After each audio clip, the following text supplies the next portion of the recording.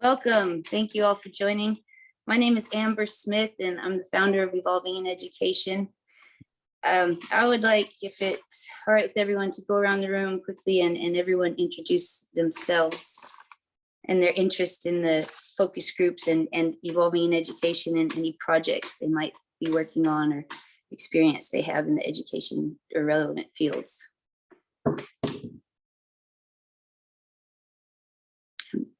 Anyone can start. I'll go. My name is Giselle Pinto.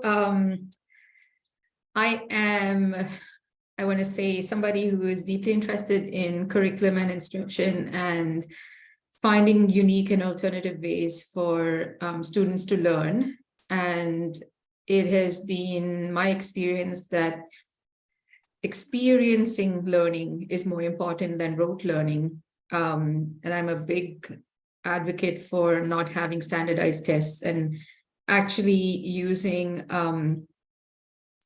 different assessment methods to gauge the real learning among students. So I guess the focus groups that I'm interested in are curriculum and instruction, alternative learning philosophies, and then alternative assessment areas as well. Wonderful. Thank you, Giselle. Angel, would you like to introduce yourself to the group?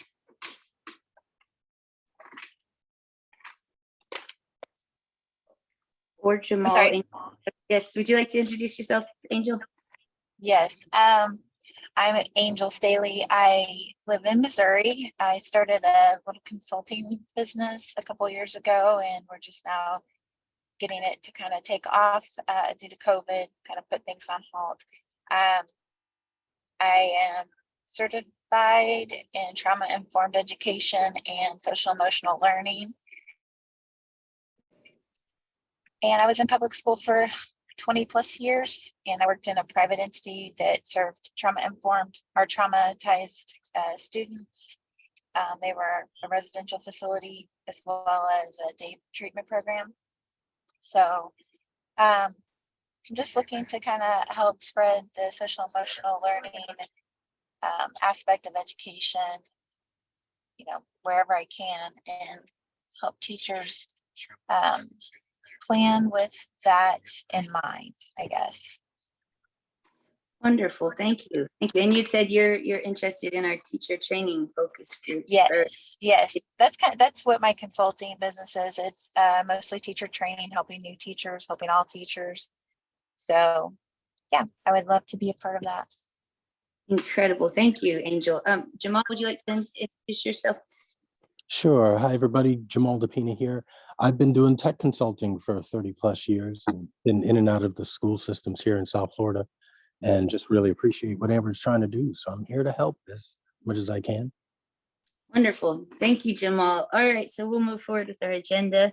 An overview of the organization. So I believe you're all familiar with Evolving in Education. It's a 501c3 nonprofit dedicated, whose mission is to improve public education. Evolving in Education consists of 5 focus groups. Our focus groups are developmental neuroscience / psychology, mindfulness / fitness / well-being, childhood education / curriculum, nutrition, and other. Our other focus group is for community participation and anyone who would like to get involved regardless of their prior experience or expertise. Our purpose and objectives for our focus groups is to help Evolving in Education achieve our 4 broad objectives. Our 4 broad objectives are combining the wisdom and knowledge of those who have gone before us in the development of curriculum and educational experience that nurtures every aspect of the growing body and developing mind. That's our first objective. Our second objective is to compile evidence-based best practices. Our third objective is implementation of best practices. And the fourth objective, teacher training programs. So we'll start off, and I'll briefly discuss our developmental neuroscience psychology focus group, if that's all right with everyone. So we will briefly discuss current challenges in applying neuroscience and psychology research in educational settings. Those challenges are accessibility of research. Due to the vast amount of scientific literature available, it can be challenging to bridge the gap between researchers. Oh, let me admit between researchers and apologies, and educators, making it harder to translate research findings into practical applications. Hello, PJ, is that you? No, this is Melissa. Oh, hello, Melissa. Thank you for joining. We just introduced ourselves and we're moving forward with the agenda. I'm Amber Smith, I'm the founder of Evolving in Education. Would you like to introduce yourself? Sure, I'm Melissa. I can't remember originally how I came across this starting up, but I recently just had a thought about, because I've been thinking over this for a while and figuring out where I could contribute, but something came across my mind and I reached out to you and regarding somebody overseeing the current education system that's not part of the education system, sort of like in nursing homes, how they have the state come in and do, I can't think right now, they have the state come in and they do those, I can't think of what they're called. Were you talking about accountability, Melissa? Yes, accountability Yes. Okay. for what the schools are currently doing. I'm sorry, I feel like I totally interrupted what you guys were doing. Oh, no, I'm we late in the We were game. talking about you yesterday, which is why it rang a bell. And I was like, wait, Amber mentioned somebody spoke to her about accountability. And when you gave the nursing room analogy, I was like, I think this is the person. yes, so Okay. we did Yes, discuss, that's it. and we can get back to that. Hello, PJ. Thank you for joining. My pleasure. Thank you for the invite. Yes, sir. It's great to have you. We just all introduced ourselves. I'm Amber Smith. Would you care to introduce yourself? Sure, I'm PJ Matza, and I am the Director of Curriculum Instruction in a small school in upstate New York. Very cool. Very cool. We have Angel McNabb here today, and I believe I told you about her. I think I told her about you as well. She also does the social emotional learning, which is, I'm glad to have you guys connect here today. So I'm recording this and I'll share a copy of the recording with everyone so you can go back in and meet everyone. But if it's right with you, I'm going to move forward with our agenda. And then once that's finished, we will open up to open discussion. So right now we're discussing our 5 focus groups. I'm briefly addressing the current challenges in applying, this is for our first focus group, neuroscience, developmental neuroscience and psychology, in applying neuroscience and psychology research in educational settings.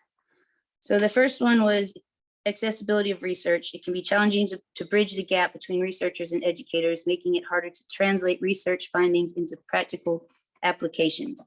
Another challenge is implementation gap. There's often a gap between research findings and their implementation in educational settings.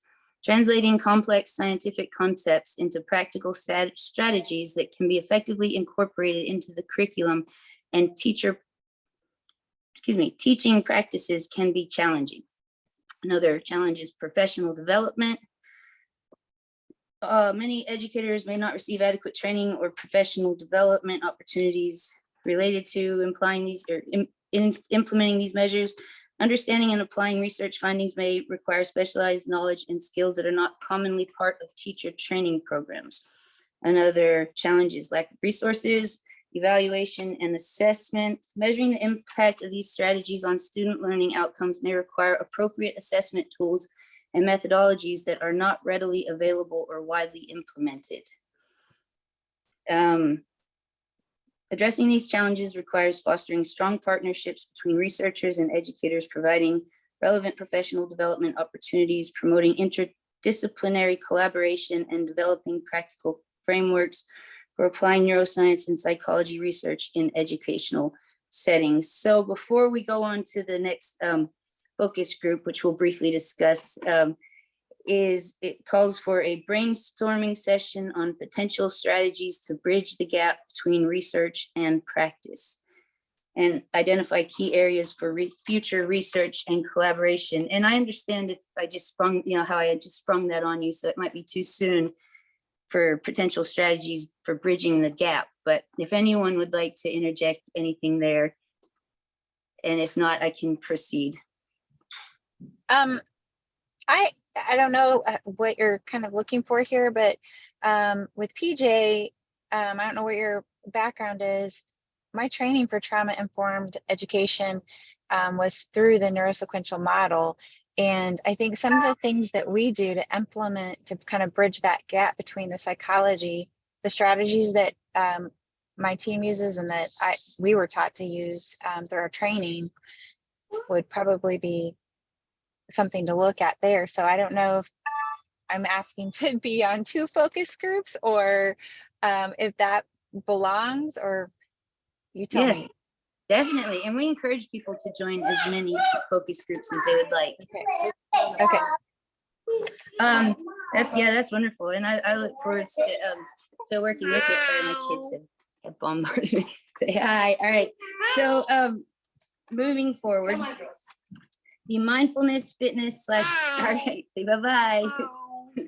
Say bye-bye. You're going on a boat ride. Go on, honey. Okay, the mindfulness fitness / well-being focus group.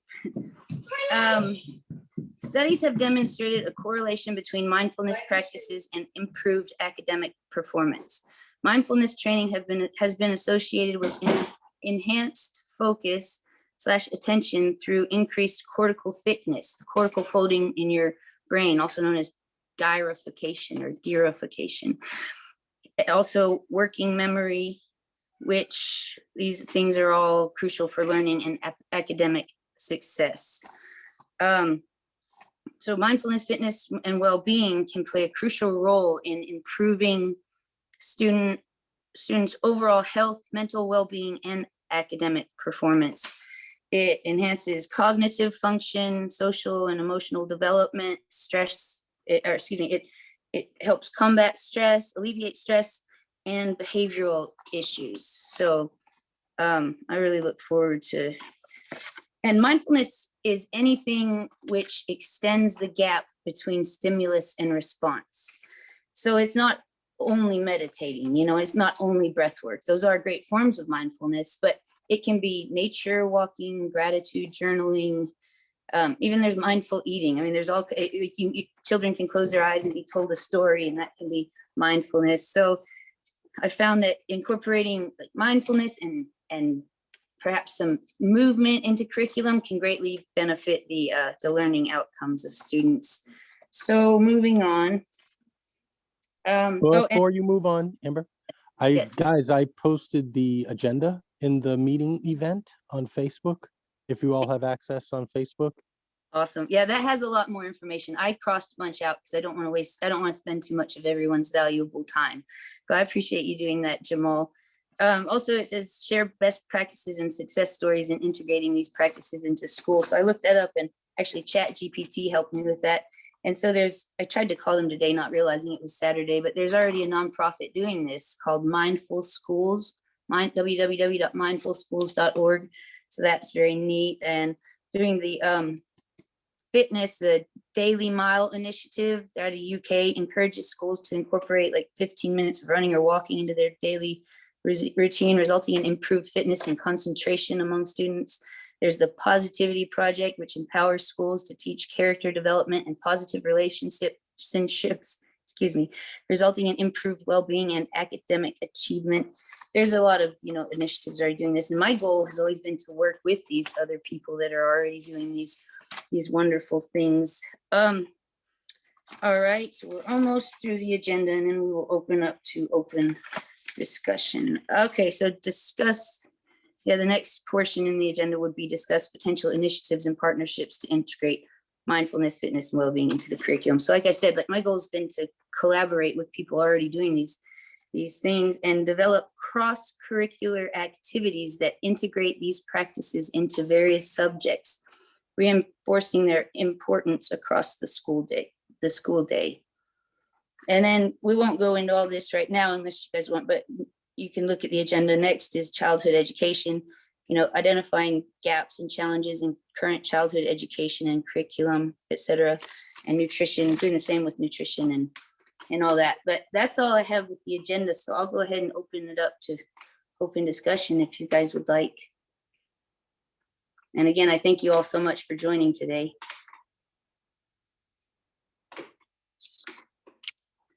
I don't have anything to contribute to the agenda, but I would like to hear from PJ what your program does. It sounds really interesting. All right. So Giselle, I've been a teacher in public schools, mostly kindergarten, first grade for 17 years. And then the pandemic had hit and I was still teaching, but I was realizing I had taken all of the desks out of my classroom that year and put down yoga mats and added a trampoline.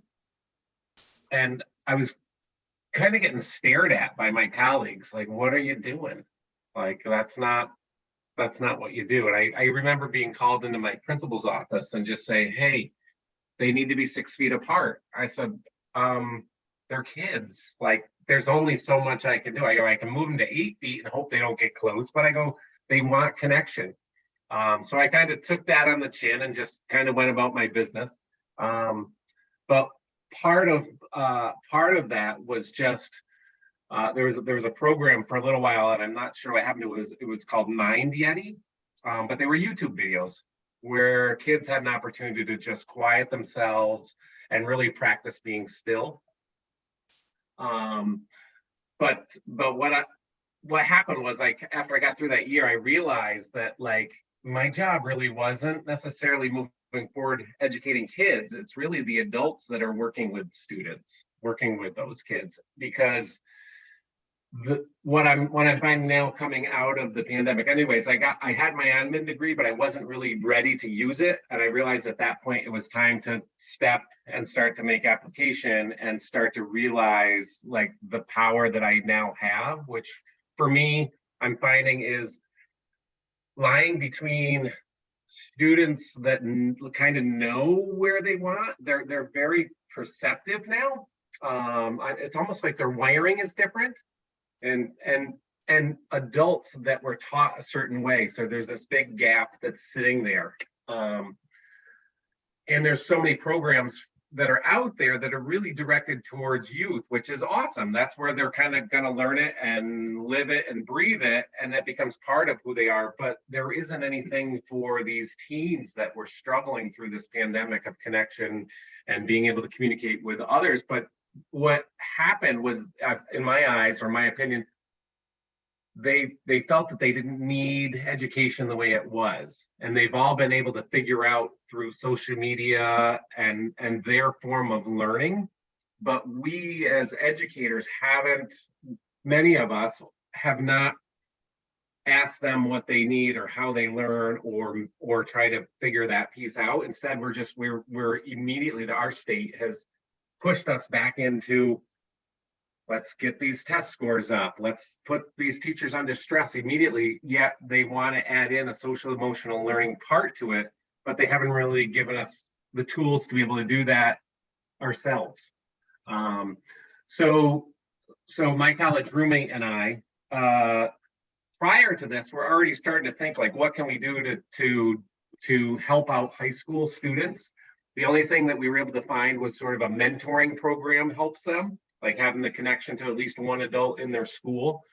But one of the things that we started recognizing was, like, the Joe Dispenzas, Abraham Hicks, these what I feel are like worldly people.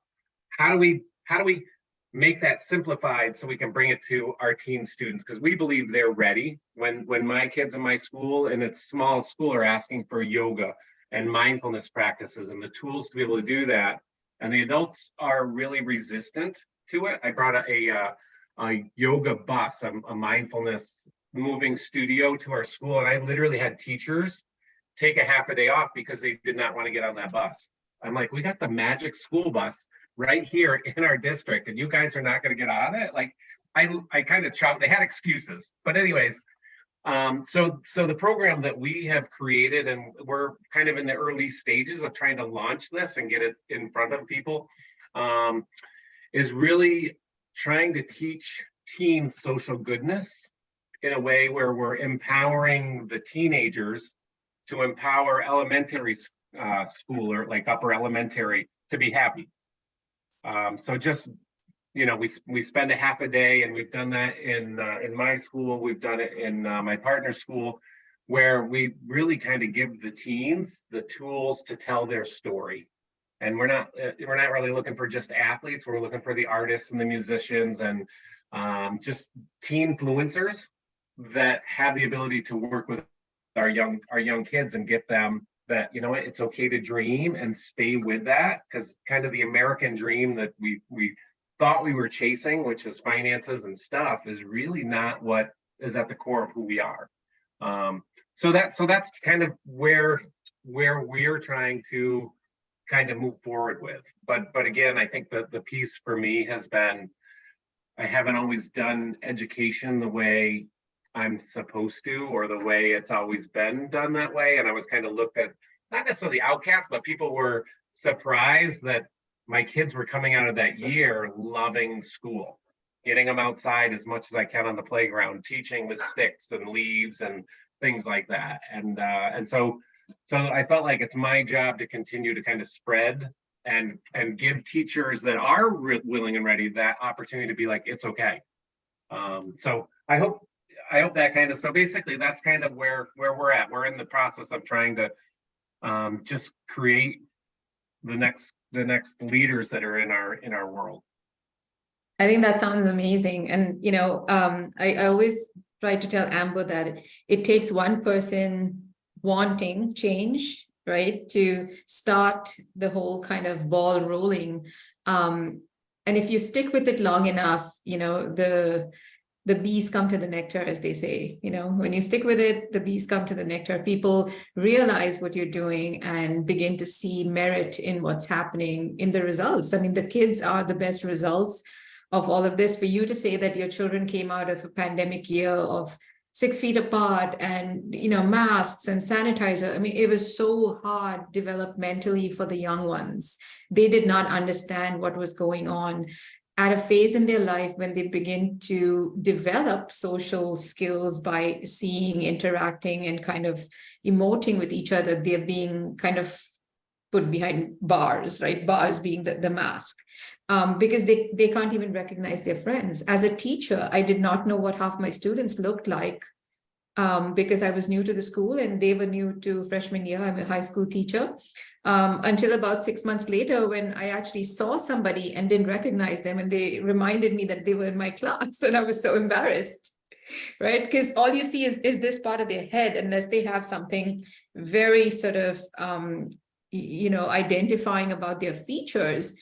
I mean, high school girls all look like high school girls, right? So it was super embarrassing to kind of be in that space, but yeah, I've been in your shoes a little bit, you know, with the whole fight with administration wanting to do things in a very stereotypical way, and them not understanding that our kids no longer need a teacher the way you needed a teacher when you had to trek to the library 100 miles away to get a book, because today it's Khan Academy, it's Instagram, it's TikTok. TikTok has information on knowledge. I mean, as bad as that sounds, right? Kids will come and tell me, hey, Miss Pinto, and I'm a visual arts teacher, by the way, but I'm also the epitome of a PBL parent. I raised 3 kids, trying not to burn down my house by doing experiments in our kitchen, right? I have a college senior, a high school senior, and a rising junior this year. So we're all alive, the house hasn't burned down, but those are the experiences that they remember. So for me, that experiential learning component and bringing just joy into learning, they moved to the American school system in their older years, and basically they call it jail. They've been in Cambridge systems, they've been in IB, they've been in IPC. And their experiences in those systems have been so rich as compared to, like my son describes, he says, this is a jail. I go from one cell to the other, literally door to door to door every day, and then I come home, right? There are very few opportunities to actually socialize with classmates because there are 900 kids in their grade, right? And these schools are huge. And then there are very few opportunities to be on teams because, I mean, if there are 3,000 kids in your school and there's one team of 10 people, like, even if you're really good, you barely get a chance to try out. So I think American education per se has this mammoth problem of trying to fix one problem by having something called a public education system. And then it brings with it its own set of problems because it needs to feed into so many other things that are happening. So I've been at grad school for the last 4 years, literally researching American education and making comparisons to Finland, to Canada, to IB systems, to Cambridge systems, and kind of trying to figure out where within the framework of what we have can we incorporate these unique ideas into day-to-day life. And it doesn't have to be the whole year. It could just be one unit, that each teacher undertakes at a time to make a difference in that child's engagement. And once you set that pace for engagement, they're going to stick with you because, wait, she made that fun, right? Let's see what else she's got going on. And like I said, it takes one person. So great stuff. I loved hearing that. Thank you. Well, I'll tell you what I think I'm most excited about right now that's going to just disrupt everything is really this AI that's coming out, because adults are afraid of it and kids are not. And now it's like, well, what are we going to do? And I feel as though it's going to completely change how we're doing things, but ultimately allow students now to work on problem solving skills, allow them to have the gifts that they need, or like give them those gifts some way, shape, or form. But I work in the middle of the Adirondack Park, and so we just have a traditional school there, and I'm like, we have this playground with thousands and thousands of acres of woods, and we're running school the way they might in New York City. Like, why are we not taking advantage of this situation? And so I've been in the process right now of just trying to get them to have an outdoor classroom, try to get them to we do have a nature trail, but nobody ever uses it. It's all overgrown. So I'm like, let's open that thing up. And I have my pre-Kers are out there, they're building an ABC trail. So they're hanging these letters as they're working on them and putting them out there, and they're so proud. So it's kind of like, but trying to give adults the ability to move in that direction. And, but we brought them to a couple outdoor schools last spring, and only one teacher is kind of willing to at least attempt a little bit of it, and so I'm trying to give them that liberty to go with it. Let's see what shows up. We aren't going to do anything wrong by allowing them to collaborate and communicate and be able to get outside and learn through kind of play. And you're right. I think the fear comes from the adults losing control. That's it. It's a matter of control, right? It's a controlled environment in a school. You come in this door, you go out this door, you walk this hallway, you do this. The moment you take away control, the adults are afraid of what will happen. But guess what? The kids are already in more control on technology than we could ever be. And like you said, they're unafraid. They're unafraid to go in there. And isn't that what we're teaching them? To be risk takers, to learn stuff. So it's kind of almost like there's a paradox to what we're trying to teach them, but in how we're trying to teach it to them. And I see, Angel, you're waiting to say something. Just everything. I'm just blown away. Like, I feel like I found my people. Because I've heard PJ, like, is it Giselle? Did I say that right? Correct. You've talked about like the public school system. I don't know, PJ, if you weren't on here, but I'm waiting in the parking lot for my family to shop for a few things before we go to the airport. But I am just blown away because there's so much change that needs to take place before we focus on academics. And then PJ, you mentioned, I'm like taking notes in my brain. You mentioned two people, the Joe Dispenza and the Esther Abraham Hicks. I'm huge on the law of attraction. And I've had this like nagging feeling. I also am I have my master's in curriculum instruction, and I also have my administration degree, which I was like you, I'm like, I don't want to use it. I need to do something different. And the school district I was in, I felt like was very on a toxic path. They've turned a direction, but I've had this like nagging at me, like, we need to teach kids in a way sort of like the law of attraction, like you get what you think about, you know, and my motto at 3R Educational Solutions, like we have on all of our stuff, is be the energy you want to attract. And I think teaching kids the way their brain works, why it's wired the way it is, because they are wired differently. Trauma affects your brain, all those things. Now, all those things happen. Now, what are we going to do with that information? And how are we going to react to it? And what are we going to call into our world? So I've had this like little nagging feeling to like, you need to like help schools have a basis, not just for SEL, but like sort of an underlying law of attraction that gets sticky because not everybody believes in it. So I don't know. I'm blown away. I'm so excited to be a part of this group. That's all I wanted to say. All right, so same thing, like the adult world isn't really ready. And there's going to be a lot of pushback. So I've dubbed it the science of, I mean, like I've just used science of happiness as my route in, because when I talk with kids, that's really the goal. Like, what is it that we're all seeking? It's not stuff. It's like, it's just to feel good. Yes. And if I don't feel good, I know I've been doing a lot of trauma-informed stuff with our county in New York State, and got trained in a program called Mind Up, just because I wanted to understand the brain more and try to give those tools to students. So when they are getting agitated or upset, like what are some options for you rather than just the knee-jerk reaction? Or more importantly, when we meet, like, it's okay to feel that way, but like, how do you want it to proceed? You know, yeah. So, but I've been trying to do the same thing with adults, but there's just a lot of resistance. And I'm trying to pick my words very carefully in terms of moving forward to make sure that like I'm not fired. Well, we live in a yeah but society right now. You know, like you can say, okay, well, and working with my teenage daughter, I'm glad she's not in here right now, but we're going on this trip and she's like stressing about something.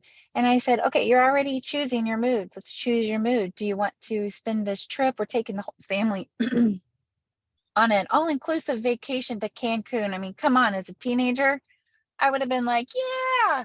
And, you know, I said, you're already choosing your mood. Let's focus on the good. Like you are going to have this whole resort at your dispense. Like just go with it. And it's that constant resistance in the world. Yeah, but. And I work with my husband a lot too on it. Like, yeah, but what if things do work out? And what if this does happen? So I love the science of happy. We need to like do a whole program based on the science of happy and write curriculum. And I feel like I'm getting way off track. Amber, I'm sorry. You're not, because as much as we kind of, I think, have individual focus groups that are defined by titles, all of these things are interlinked. They're either sort of like, circular, not vicious always, but yes, circular, or just sort of like up, down, left, right, but they don't stand alone. They don't stand alone.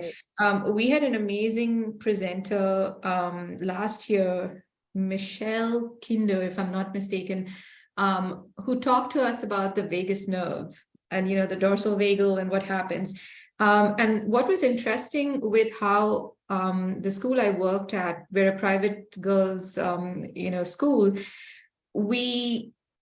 they did it in 3 parts, and it was very interesting because she presented to the students, she presented to the teachers, and she presented to the parents on the same topic or the same issue, which basically meant that all 3 groups had the same set of information given to us, rather than talking to either one groups, either teachers and PD, and then parents don't know what's going on, or you talk to the students and the teachers and parents don't know what's going on, or you talk to parents and teachers and students. So it was kind of like the same presentation, but just authored in a way that was suited to the audience she was speaking to, but intrinsically having the same information. And what better way to relate than she gave us 3 gummy bears, red, yellow, and green, right?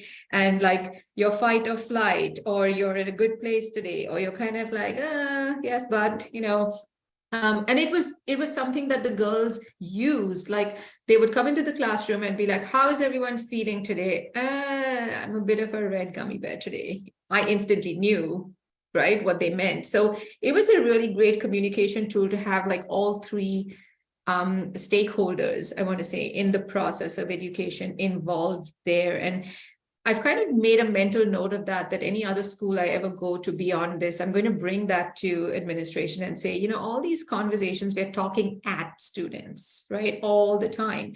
SEL, in advisory, in whatever. It's like open your mouth and I'm kind of like being this mama bird shoving things down your throat. It's not meant to be that way because they shut down.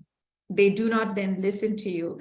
And then you're not meeting them where they are in terms of the problems that are affecting them in their here and now. Because what works in New York may not work in Texas, and what works in Texas may not work in Missouri. So it's a very here, now, and in our space situation. What's happening in their immediate environment? Was there a school shooting like one school away? That school next door is so much more affected by certain things than somebody who's sitting 6 states away and just heard it on the news. And I think that's where administrators are failing students. They're failing to realize that this is a tailored program.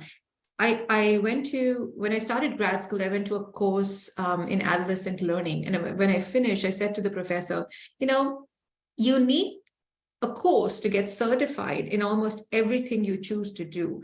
Why isn't parenting a certified course? Yes. Right? Like, how do you earn the right to be a parent and basically mess up somebody's life by not knowing how to do this job right? Right? And it could be 1, 2, or 10 kids at the end of the day. But like, how are you allowed to be responsible for this person that you're raising without being certified to do so? So maybe the government needs to come up with a public health plan that requires communities to invest in training parents, right? Educating families, making and creating space for an understanding of what it should be like. Yes, Angel, I know you're dying to say something. So no, you hit the nail on the head. And I was going to say, I talked to Amber and Jamal about this, how Missouri, there used to be a nationwide program, and I think it's still out there, parents as teachers. Yes. But Missouri used to be mandated that you had it. And I was a parent educator, and what they did was like all the babies born in the hospitals, you fill out this little card and you say what county you live in and what school district you live in, and they send that information to the school districts, and then the parent educator in that district actually visits and goes to homes and has group visits and teaches them. And this was early in brain science because my son was little, but it teaches them like things like, okay, you may not have the money to buy these fancy expensive toys, but do you have, I think I used the example of an egg carton and some ping pong balls, and teach them how to place? Or do you have some Cheerios to teach them how to use their pincer fingers? Just the brain science behind what your child is ready to do, unplugging them from the iPads or whatever, and actually having conversations, taking books instead of iPads in the diaper bag. All those things. And here comes my family. So I'm going to probably quit talking, but we're going to have to start the car. But yes, parents as teachers. Yep, parents as teachers, and schools taking the responsibility to partner with parents. And I mean, the school will give you 101,000 different excuses why it's not possible, but I think parents begin to realize the value in that. In teacher education, I mean, I've just come through my MAd in curriculum and instruction, and I also did an MA in teaching while I was doing my Texas certification. And a lot of the things that I brought up as my exit interview, so to speak, with my advisor was to say how many things were missing in teacher education. I'm an arts educator. I had not a single course that actually taught arts education. I taught myself all those things by learning through various sources online. And yet every EC through to 6 generalist has fine arts, math, science, social studies, and ELA as part of their sort of catchment of things that they teach, right? So it's so easy to actually integrate arts into what every teacher does. But guess what's the first cut that goes down when budgets and things like that? And just attitude. Like I wrote a paper on the decline in arts education in public schools. Australia is already looking at how this generation, because they don't have exposure to the arts or are being told that the arts are not as important as STEM, are then growing into adults who will not sponsor or support the arts long term. And then because the arts are not doing well, we have less performers. And then because we have less performers, we also have less arts teachers. And then the cycle continues.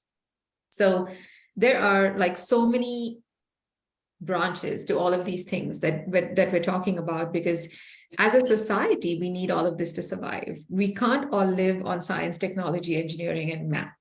You need an interior designer, you need product design, you need people that are coming up with innovative solutions for simple things like light switches, right? It doesn't have to be something extraordinary, but just your day-to-day conveniences, just your day-to-day making my life better things that you don't pay too much attention to are being made by somebody who was innovative, somebody who thought, hey, let me go fix this problem, or let me make somebody's life better.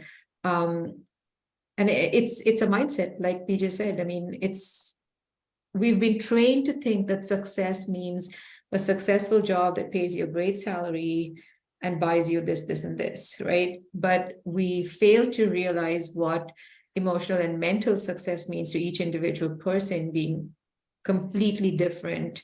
Because even people who have money have mental health issues. If money was the solution, why are they sad or why are they depressed, right?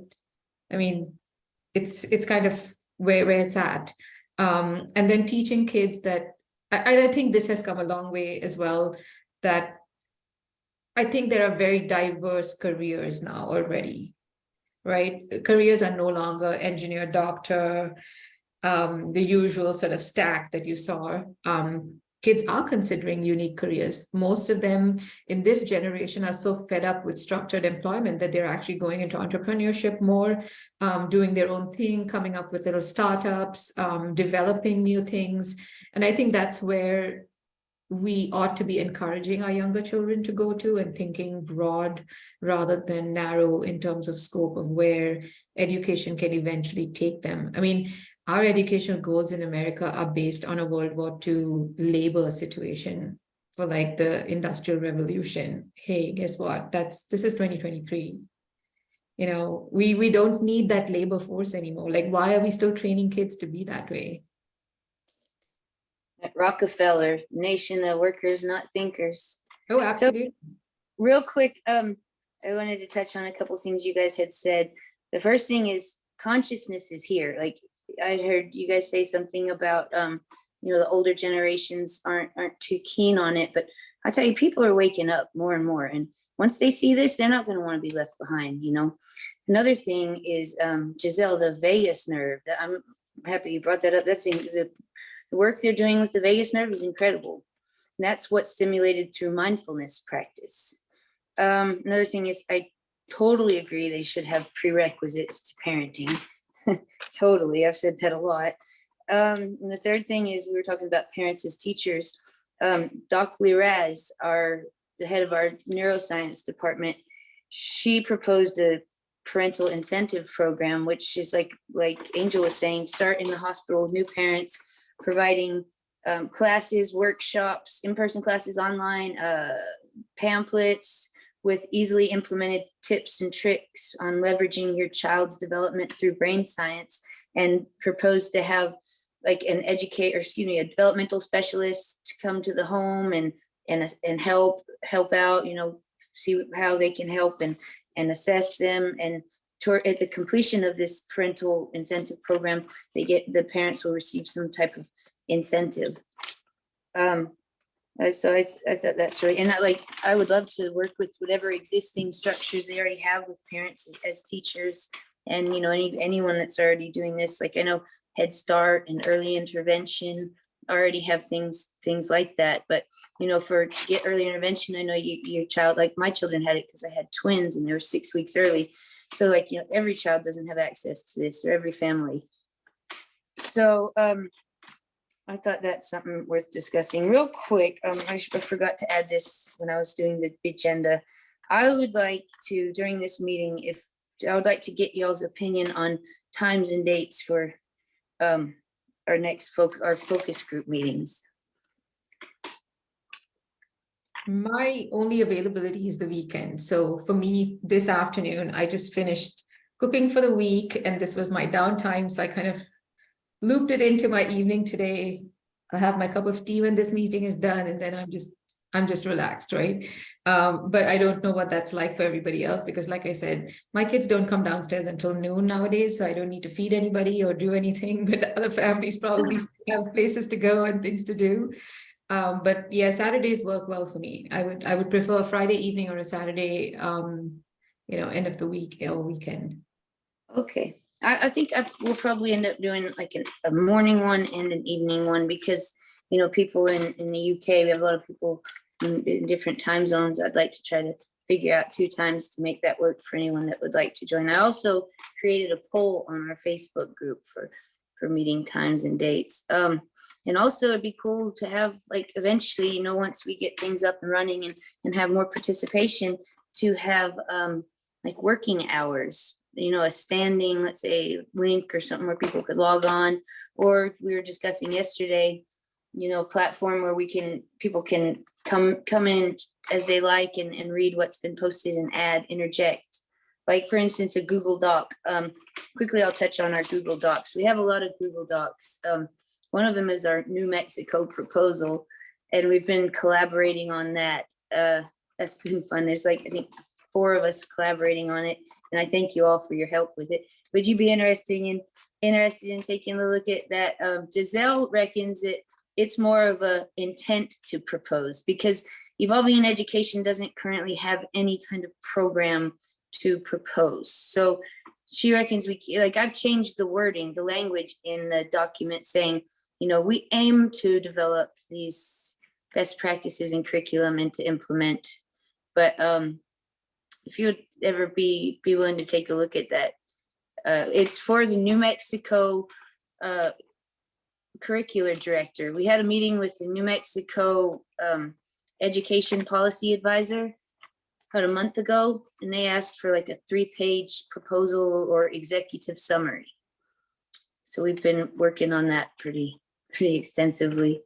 We've got our neuroscience head. She did a schematic for us, which is pretty cool. So I'm excited about that. Also, Giselle recommended I point this out quickly. If you guys don't mind, I'm going to share my screen and show you. This is our registration form or questionnaire. I know, Angel, you filled it out, but I want to show you guys if that's, good Lord, I apologize. All right, here we go. So I believe it is right here. Good deal. All right, so it only takes I'd say about 1 to 2 minutes to fill it out. You do have to have a Google account to fill it out. So just welcome, email, name, availability to assist. I would like to have one that is open to anyone, so you don't have to have a Google account to sign up. This will be in the future when we have more resources and help. But one that, like I said, anyone can access. In addition to, I would like to add in this section, what is your availability to assist? And can everyone see this? You can't see this? Oh, Lord. All right. Well, that went well. Can you hear me? Yeah, you were not sharing yet. You couldn't see? I wasn't sharing? No. Oh, Lord. Well, the darn thing. Okay, start broadcast. I'm so sorry, you guys. Tell I'm a rookie. All right, here we go. Apologies. Okay, so here it is. But like I was saying, I would like to add in here was your availability? I have plenty of time, a good amount of time, not much time, attention as I can. I would like, I've heard from a couple people that they're not really willing to review methods or chats or anything, but they're filling it out. So I would like to add like perhaps a moral support option. Anyway, we've got some neat pictures in here. Jamal created this for us. He's our senior tech consultant. Also, please choose any age groups of interest. Evolving in Education is very strong in the early through, let's say, lower elementary department, but like we're lacking in the upper years. What strengths and skills do you bring, and how can we best utilize them? Which focus groups would you like to join? And then which objectives do you feel inclined towards working to? So if you guys want to, I will share that if you guys would like to perhaps fill that out. Once people fill that out, once they submit that survey, I forward them the welcoming new member packet, which has, thank you, Angel. Thank you so much for joining. We really appreciate it. I hope to see you again. I hope you have a wonderful time in Cancun. Thank you so much. Well, great. Thank you. So I don't actually have anything else. I don't know about you all. I would like to briefly address, was it Melissa? Are you still there, Melissa? Yes, I am here. So we did discuss the accountability thing, and I guess that isn't the same all across the board. Like some of the members of our group that had the discussion with me yesterday, they said, you know, like their administrator, or like, for instance, the principal is always right there at the door greeting the kids. And so I guess that probably depends, you know, on the school. Giselle, would you like to give your thoughts briefly on that? If you Yeah, so my kind of input into that was that accountability looks very different to different people. If you're a parent looking in, what you see and think is accountability at school is very different from how a teacher and an administrator is experiencing it. So there definitely are checks and balances. There isn't a school that I know that is just being run willy-nilly. There are rules, there are structures, there are things, often to the point of stifling teachers, you know, so there's even an over accountability aspect where in a 45-minute plus period, you spend 15 minutes just doing paperwork, because that is the accountability, that is the data and all sorts of stuff that you need to do to kind of stay accountable. So I don't think it's a problem of not having accountability. Now, whether or not accountability is being exercised in a manner in which it is beneficial to the student is a different question altogether, right? And that comes from policy, that comes from a more sort of high-end directive, I want to say, whether it's federal, state, district, campus, breaking it down as you go along. But it exists for sure. The larger problem, and I think the one that is kind of like trying to bell the cat here, is like you described, Melissa, you know, having somebody who is not part of the education system monitor what the education system is doing.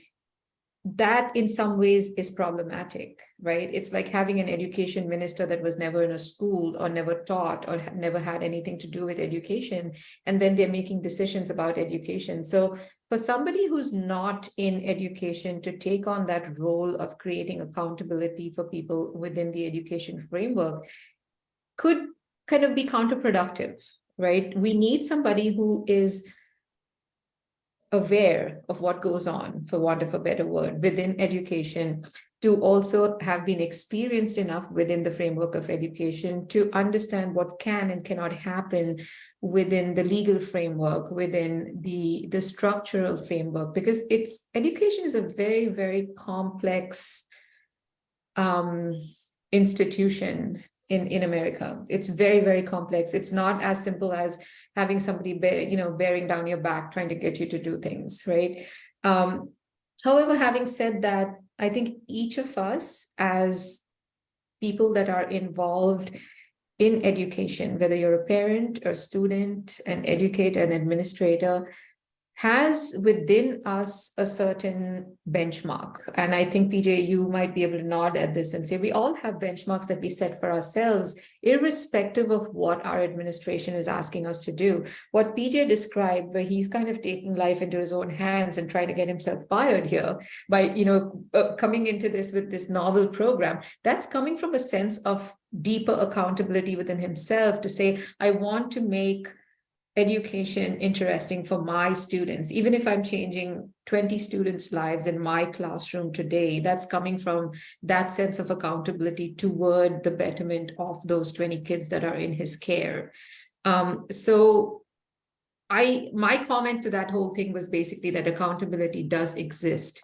It's about how it's being managed. And like everything else, it starts with good intentions and then it gets mired in all the red tape and all of it. I mean, look at No Child Left Behind, look at standardized testing, look at all the structures and frameworks that could be actually really very successful if only we were not looking at them with a kind of, tunnel vision focus of how a standardized test can show your school's data and how that will impact your funding and how that will impact teacher bonuses, because that's the wrong way to be looking at it.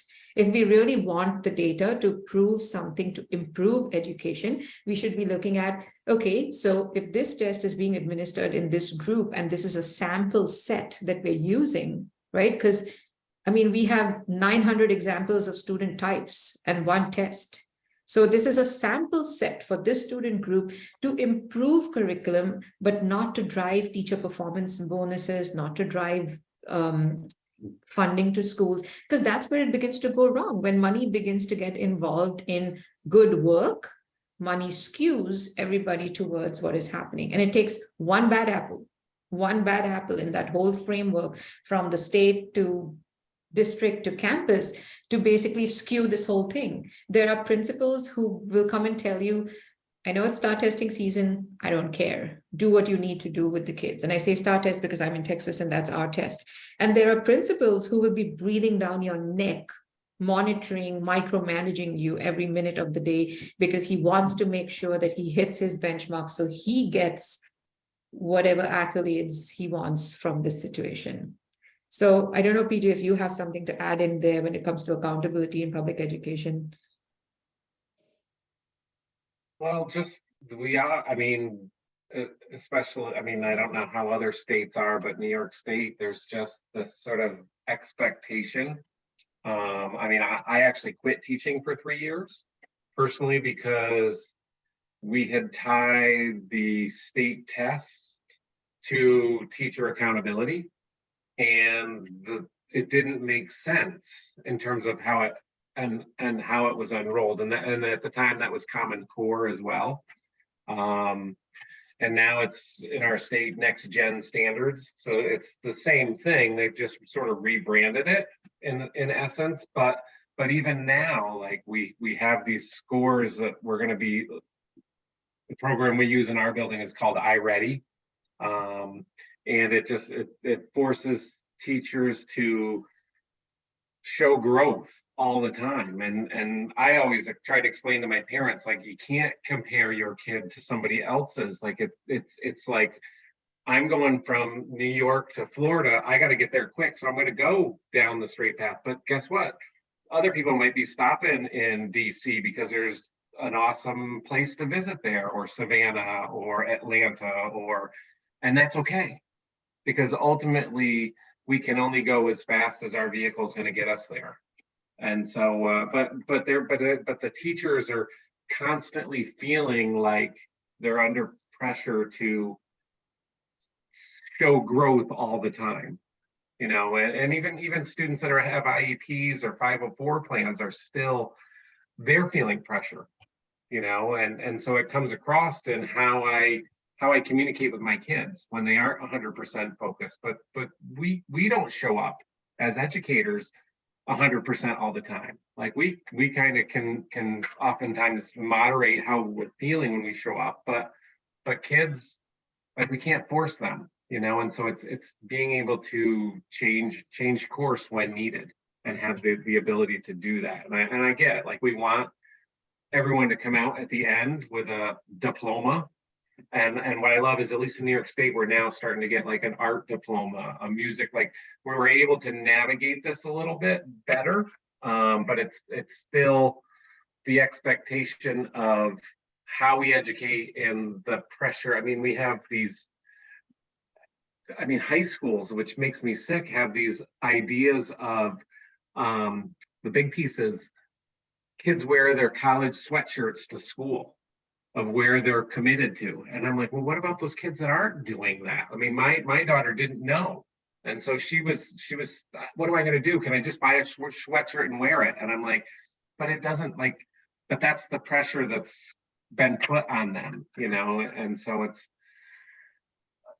it's hard, but that's kind of the day and age. And that's why I'm excited to have heard about the group. I'm like, oh my gosh, like, this is awesome. And even teachers, like, they don't understand just the trauma informed stuff, many of them, and that the brain is like 80% developed between 0 and 5 years. That's where our programming takes place. And whatever those kids have experienced, the problem is when they get to high school, they like, that's where their brains are at.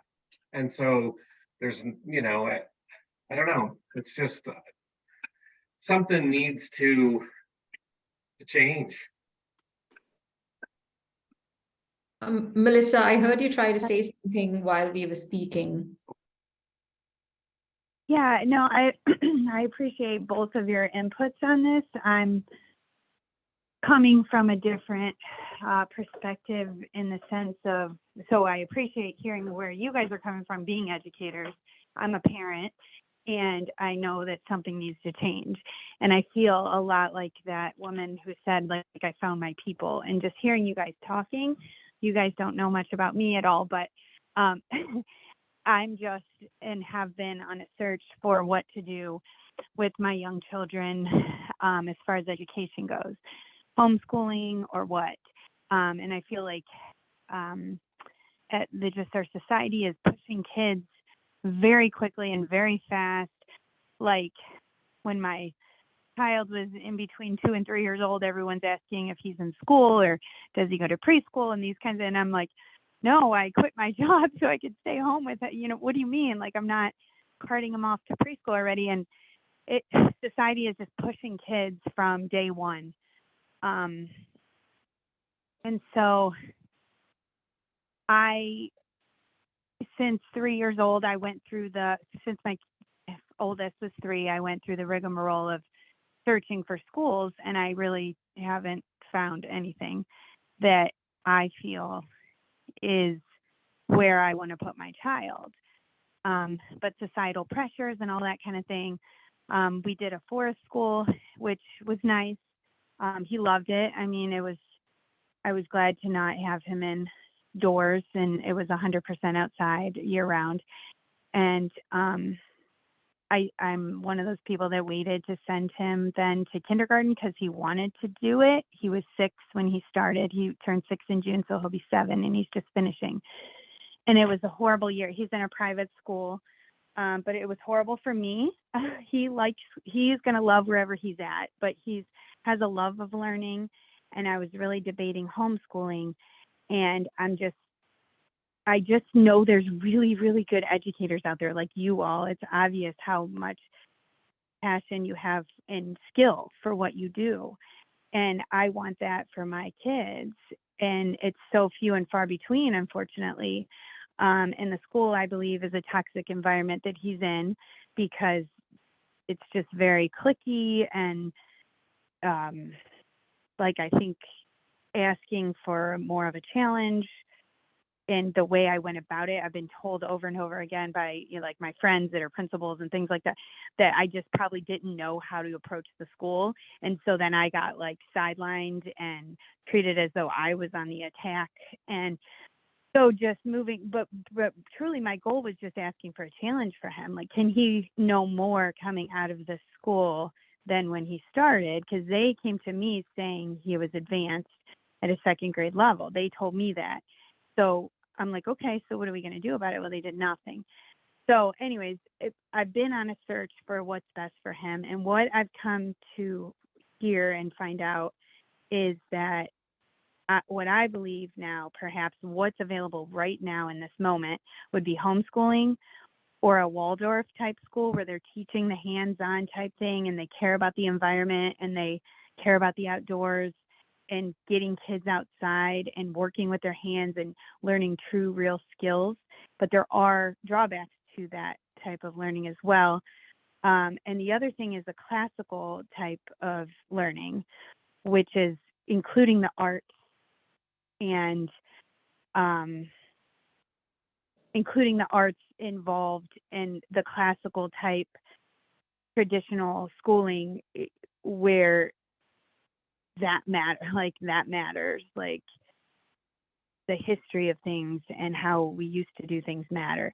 So those are the two that I've come to the point of, and homeschooling doesn't seem like I can homeschool him. I did from birth on. I feel like I've been homeschooling him because he's just driven to learn on his own, and I allow for that. And I treat him like a human being. Like, I don't understand how educators, it's like anywhere you go, and not, I don't want to say everywhere, but it seems like an often like underlying thing is like they're beneath, like they're less than because I'm the adult or I'm the teacher and you're the student. And it's just like, I loved what you guys were saying about like kids teach themselves. They can learn like so many things on their own. But I'm just wondering, like, why don't we realize we have so much more to offer and just learn together and have it be like an open process. I don't know why parents it just seems very like selfish, parents and teachers alike. Their focus doesn't seem to be on their kids as much as I'd like. I'm in Ohio, so it could be the surrounding area and the people that, we're surrounded by. We're in I don't want to bring politics into it because I'm not one way or another. Honestly, I just think that we should teach love and kindness and growth and have a growth mindset and just treat all and each other like human beings. Like, no matter if you're 6 or 66 or 86, I truly have a passion for working with our aging population and how they're just like a throwaway generation. I just love, that generation and have always enjoyed working with that. And working with kids wasn't like my passion. I just have them and I'm a parent and that's what I love now. And so I care about my own, but I'm not skilled necessarily in knowing how to deal with them like directly. It's just, am I rambling? I'm sorry. I wanted to so something. So Sorry. what going back to what I originally said about what you guys were touching on, what I brought. So I think what I'm realizing is when I brought up oversight, because I'm like, where is the oversight in these schools? There's no oversight. And that was a personal experience is what I'm hearing. Because personally, the school that my son's currently at, there is no oversight. The principal does whatever the principal wants to do. And even if that's right, wrong, or indifferent.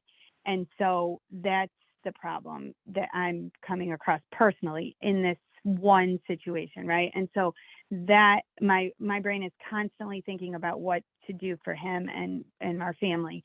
But so I appreciate hearing your guys' input because I do see there's a lot of accountability, and I don't believe the government necessarily needs to step in or should or shouldn't. I was just thinking, like, could it be like an outside entity? And I was thinking about nursing homes because I work in hospice, or I did before I resigned. And I know how the nursing homes operated, and, and I mean, like, as a respect level, as like, you need to treat children with respect, like they're human beings, they're human beings. They're not beneath you because you're a teacher, and I don't know, I have a lot of educators in my family and a lot of people in the education system, and just they're so tainted in their thinking and they're not a lot like me. And so I don't know, but I know there are good educators out there. We found one in Texas, and we hired her to do like a Zoom a half hour a week with him for enrichment and those kinds of things. And it was a wonderful experience.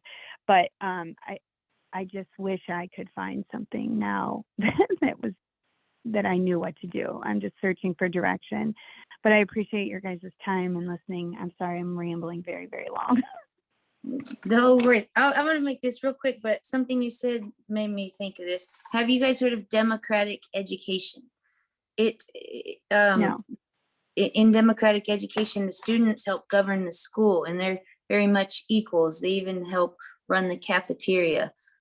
That's sort of an emerging thing, democratic education. That's interesting.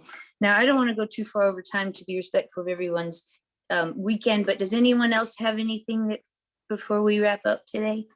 I have a couple of things for you, Melissa. So I was you when my kids were young.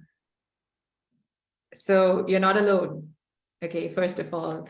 And let me tell you, you are the most important teacher in your student's life before any other teacher with a credential comes along. So if you decide today is a beautiful blue sky day for us to go climb the little hill by our house instead of sitting in a classroom from 9 to 4, do it. Do it. Buy him a set of binoculars, get him a little adventure kit, trek up that mountain, collect pebbles, look at the insects, draw them, paint them when you come home, write about them, talk about them. You are the best educator that your child will ever have. There isn't a system in the world that can overtake an interested parent.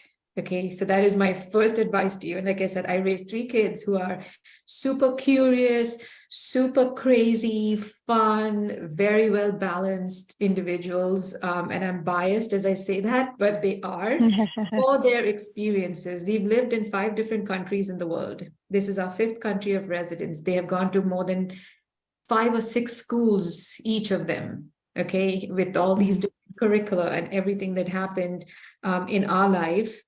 And I can tell you that the experiences that they remember are the ones that happened either in our backyard, in our kitchen, on our experiments and adventures of travel. Those are the things that stick with them all along. And you might also want to look at Montessori.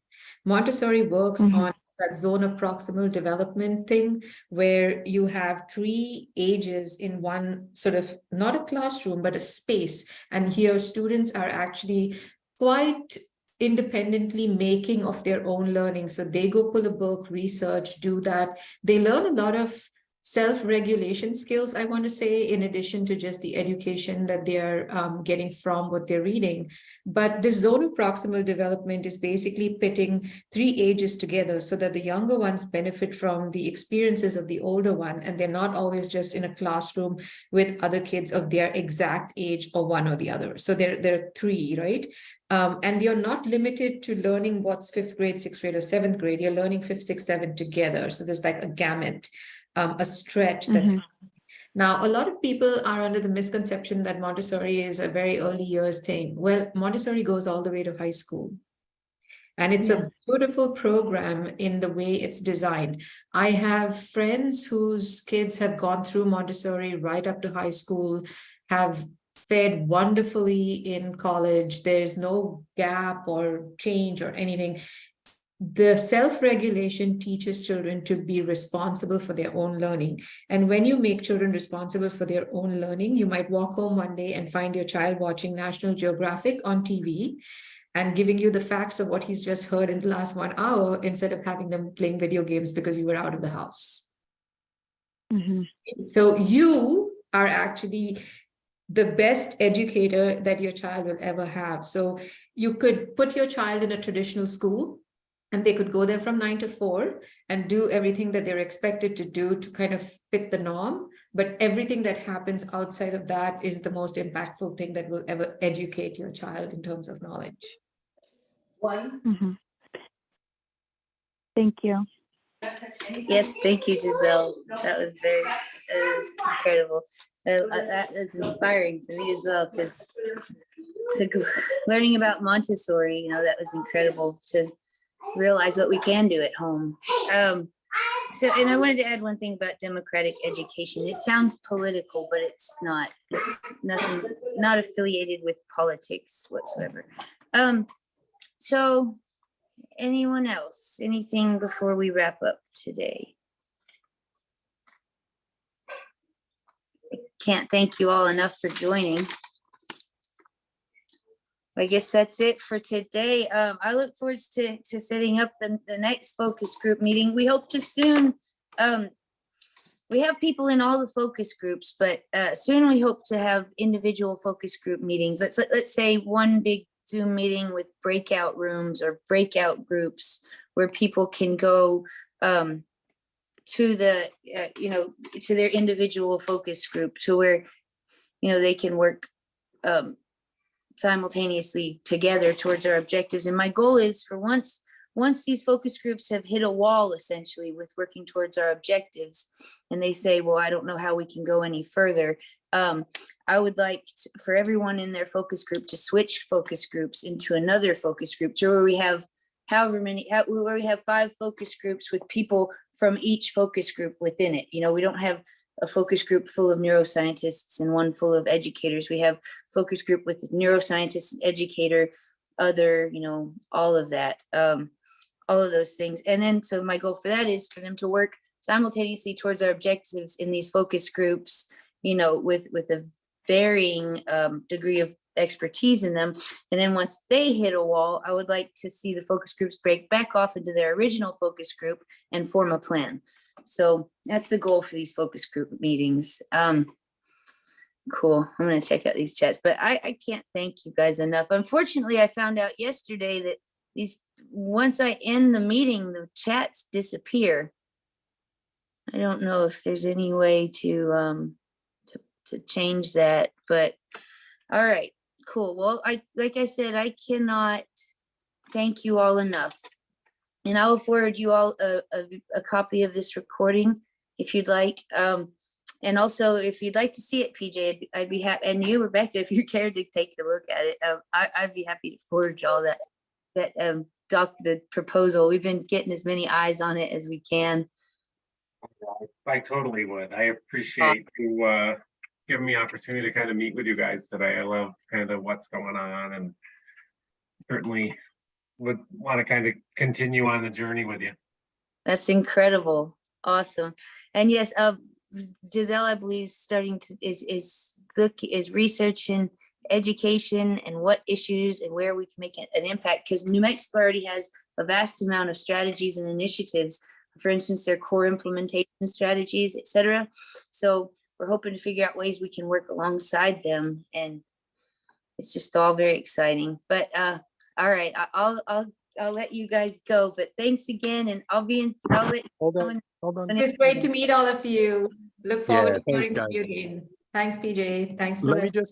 guys, just real quick, just put the whatever chat items, the only best way to preserve it is to put it somewhere in the event, like on Facebook, because there's no way to record what we've put in the chat.